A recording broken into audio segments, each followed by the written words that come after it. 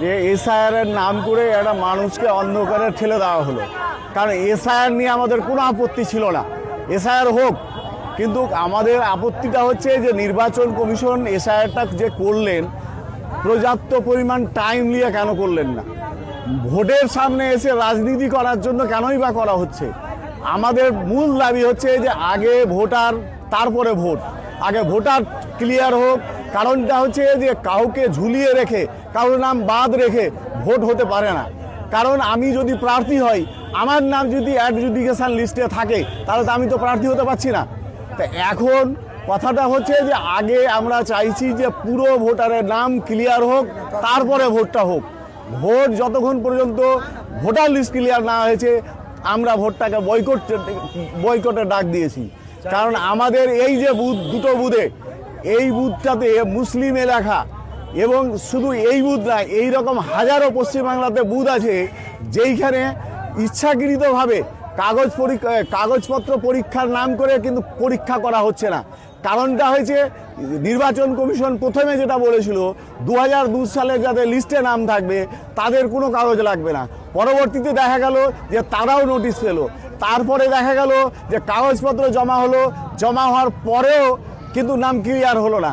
তারপরে দেখানো হলো যে লজিক্যালি ডিসপোজড, তারপরে দেখানো হলো যে অ্যাডজুডিকেশন। এখন প্রশ্নটা উঠছে যে ধাপে ধাপে কেন হবে? নির্বাচন কমিশনের প্রত্যেকটা আইনের একটা পরিষ্কার পরিচ্ছন্ন থাকা দরকার। কারণ নির্বাচন কমিশন কি চাইছে এবং কি করতে চাইছে এটা পরিষ্কার হওয়া দরকার। কিন্তু আমরা মনে করছি যে রাজ্য সরকার, কেন্দ্রীয় সরকারের কাছে কোনো এজেন্ডা নেই ভোট করার, বিশেষ করে বিজেপি সরকারের কোনো এজেন্ডা নেই ভোট করার, মানুষকে হিন্দু মুসলমান করে আতঙ্ক ফেলে এই ভোটটা করার জন্য। গত বিধানসভা ভোট হয়েছিল এনআরসি আর সিএ করে, এইবারের ভোটটা আতঙ্ক ফেলে এসআইআরের নাম করে মানুষকে আতঙ্কে রেখে ভোটটা করা, ভোটটাকে দুভাগে ভাগ করে যেন মানে আদার্স কেউ নেই।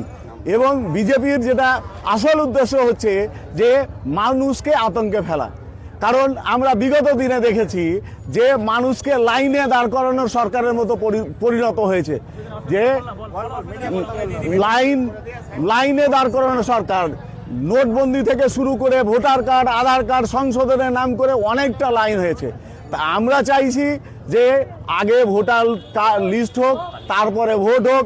না হলে আমরা কি সারা পশ্চিমবাংলায় যাদের নাম বাদ হয়েছে, কারণ একজনের নাম বাদ দেওয়া মানে হচ্ছে একজন শুধু মার খাচ্ছে না, তার পিছনে তার গোটা পরিবারকে আতঙ্কে ফেলে রাখা হচ্ছে।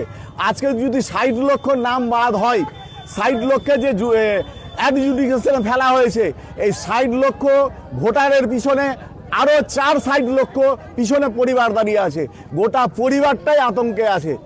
আর আমরা চাইছি যে যতক্ষণ পর্যন্ত একটাই দাবি, যদি আমাদের নাম ক্লিয়ার না হয়, এবং এখন যেটা বলছে যে ট্রাইব্যুনালে যেতে হবে, কোনো ট্রাইব্যুনালের জায়গা এখন পর্যন্ত তৈরি করা হয়নি। তো ট্রাইব্যুনালে ওখানে ডেট দেওয়া হয়েছিল যে 15 দিনের মধ্যে দরখাস্ত করতে হবে। তো দরখাস্ত ট্রাইব্যুনালই গঠন হলো না, কোথায় বসবে আমরা কিছুই জানতে পারলাম না। তাহলে কোথায় যাবে মানুষ? আজ পাগলের মতো ঘুরছে যে কোনো টাইমে যে কোনো একটা ঘটনা ঘটতে পারে। কারণ মানুষ চাইছে শান্তি শৃঙ্খলা বজায় রেখে আমরা আন্দোলন করব, এবং শেষ অস্ত্র হচ্ছে আমাদের ভোট বয়কটের ডাক। মাধ্যমিক পাস করেছি, আমার নামকে কি করে অ্যাডজুডিকেশনে থাকতে পারে? কালিয়াচক হাই স্কুল থেকে 91 সালে আমি মাধ্যমিক পাস করেছি।